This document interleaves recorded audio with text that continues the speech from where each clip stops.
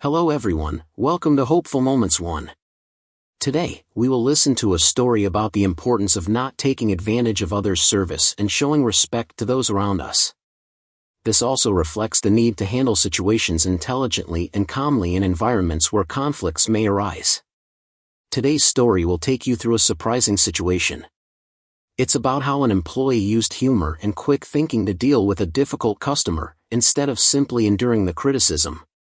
If you find this story interesting and full of valuable lessons, don't forget to like, share, and subscribe for more meaningful lessons. One of my friends introduced me to this amazing forum after they had a good laugh at some of my stories. Over the years, I've developed a strong dislike for people who treat retail workers like garbage, and I go out of my way to make a fool of them. So now, I'll share a story. I worked in retail for many years before switching careers. I went from dealing with customers who asked for products based entirely on what the people in the commercials for those items were wearing, to teaching children. And this is one story that makes me believe children are definitely the smarter species. For a while, I worked as a trainer for a very popular mobile phone company. I would regularly visit mobile carriers, host customer events, and train employees on new features and related products. So, I was almost always dressed very well. The most casual I ever got was wearing a polo, dress pants, and dress shoes because I wanted to make a professional impression. However, my style of dress came with the biggest Karen bait known to man, a silver name tag. Beyond the hundreds of times I was mistaken for an employee while in stores, this story takes place when I went grocery shopping after work one evening. That should be enough background, so let's get to the actual story. I worked later than usual and was browsing the aisles for a few days' worth of groceries at a supermarket with a bullseye logo. I had a cart with some frozen items my wife loves, some snacks for my son, dog food, and other small things to carry me through the next few days. While I was browsing some spices, debating if I had enough of a few to make chili, I heard a faint noise behind me. I moved a bit closer, trying to make sure I wasn't blocking the aisle. No sense in being rude, right? A few seconds passed, and I started to feel something was off. And then, dear reader, I heard the dreaded sound, which in the retail world is both terrifying and amusing, depending on how far away you are. Excuse me? Ah, yes. The mating call of the wild Karen. I turned around to see a woman at least 40 years old, desperately trying to look like her daughter, wearing yoga pants, furry boots, a strategically unbuttoned shirt, and giant sunglasses that served as a solar panel for her "let me speak to your manager" haircut. I immediately apologized, pushing my cart further away and sweeping my arm where I was standing. Sorry. I didn't realize I was blocking you. But, alas, this story wouldn't have made it here if that was all she needed. No, Karen didn't want to browse the spice rack. She had used her cosmic powers on me without me realizing it. Because now, I wasn't shopping for dinner anymore. I had been granted employment. And Karen was not pleased with my performance. No. I need you to help me find a food item I don't want to mention. I am a smart aleck by nature, as you can probably tell, and my wife often jokes that I'm paid well to tell people where they can stick it and make them happy to hear it. But these skills don't work on the wild Karen. Nor does the fact that the store uniform is khakis and a red shirt. While I was in a blue and white dress shirt, dress pants, and wearing a company logo jacket that didn't resemble an employee's at all. I decided to assume she was maybe dazzled by the bright lights without her sunglasses protecting her beady eyes, so I smiled and politely said, "I'm sorry. I don't work here." Her eyes narrowed, now looking like the gleaming black eyes of a shark, and the games began. "You're wearing a uniform. Don't give me that expletive. You can put up that garbage when you're done with your job." My eyebrow rose, and in my head, I heard the bell ring. Okay, Karen. Let's see who wins this. So, with my best "I really don't hope you get run over by a stray water buffalo" voice and smile, I said, "What was it you needed help finding, ma'am?" I saw the flinch. I called her ma'am, and she didn't like it. "Don't show weakness now, we've only just begun." But in the same condescending tone, she howled, "I need item. Now show me to it." I nodded and pushed my cart to the back of the store. She didn't look happy that I was bringing the cart, but if she said anything, it was under her breath, and I knew she would have plenty to complain about soon enough. So I savored the moment where the only sound was the slap-slap of her boots echoing on the floor, and the heel clicks inside. I walked through several aisles. After a dozen, she started to huff and puff, and I could hear faint grumbling about why it was so hidden away and why did she have to walk so far, etc. Not directed at me, but I'm not deaf, so I could hear her childish tantrums just fine. Thank God she couldn't see the evil smile on my face. Passing the last row of groceries, I took a left turn. Passing seasonal items, candies, luggage, travel goods, etc., she was behind me, muttering angrily. I wasn't sure if she was questioning my parents' marital status, the life choices that brought her here, or both. But she wasn't happy, and it sounded more like a car that wouldn't start than someone talking to themselves. As we reached the book section, I wheeled the cart down an aisle. Now Karen was really angry. Where the expletive are you going? I'm looking for item. If you're too stupid to find it, maybe I should talk to your manager. This story has captured the attention of the nearby electronics section. My plan is progressing better than expected. I stopped in front of the small children's toy area and picked up a thin book, basically the first spelling book for kids. On the cover, there were a few letters playing with a small child, and the title was about learning the first letters of the alphabet. Perfect. When I turned back to see Karen's face flushed with rage, I handed her the book. I didn't say anything, just held my hand out to show her the cover. Like most people, she took the book, looked at it, looked at me, and almost growled, "What the hell is this? Are you stupid? Where's your manager? You're terrible." Her shouting attracted at least 2 employees, who seemed to recognize the familiar complaints of a Karen in a retail environment. One was using a small radio to call what I assumed was the manager, while the other approached us with a panic-stricken expression that only a middle-aged, entitled woman could create. With a smile, I pointed to the book in her hands and said in my best customer service voice, "Actually, ma'am, I think since you can't tell the difference between a customer and an employee, you might not know how to read. So I thought this book might help." She was stunned. Silent.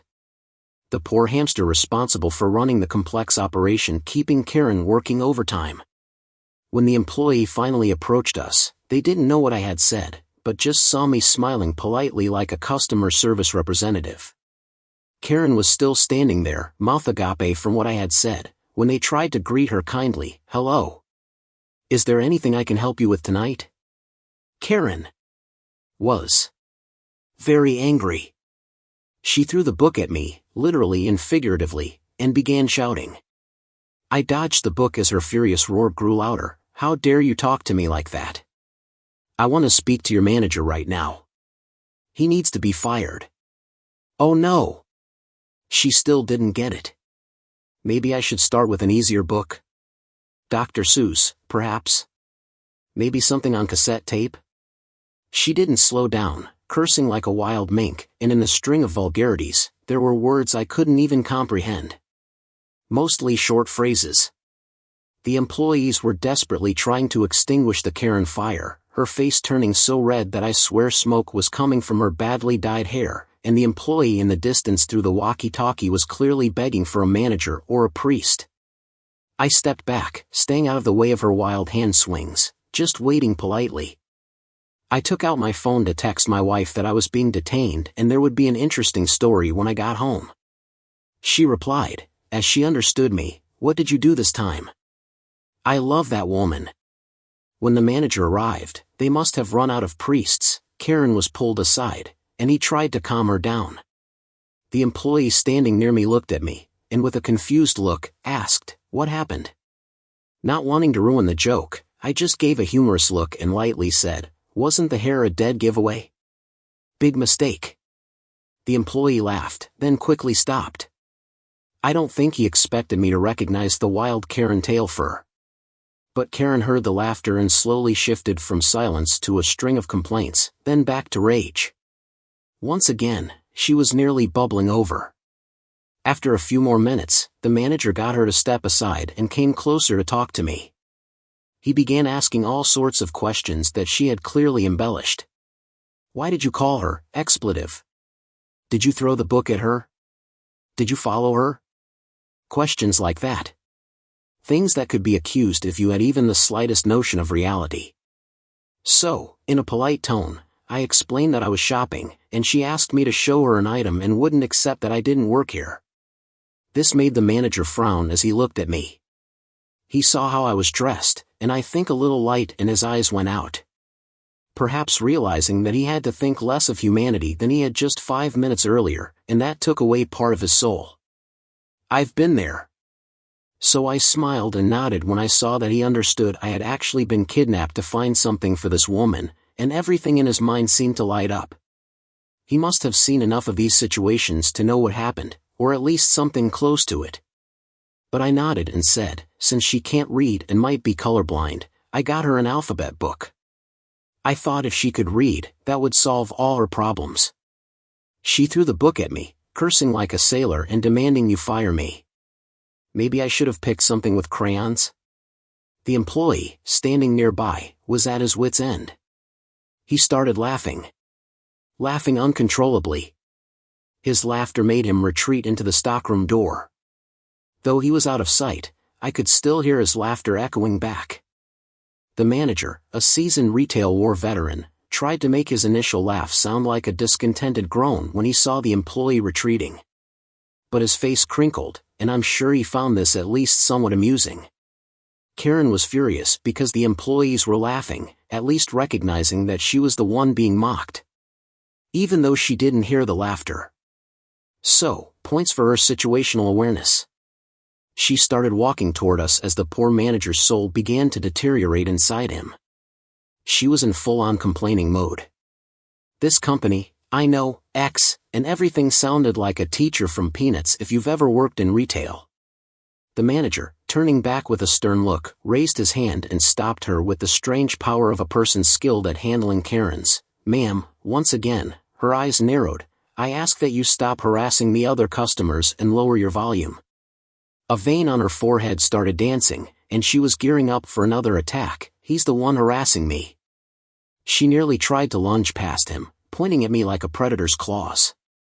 The manager, not pleased that she had almost tried to wrap herself around him to get to me, raised his hand and said in a very firm voice, Ma'am, you need to calm down.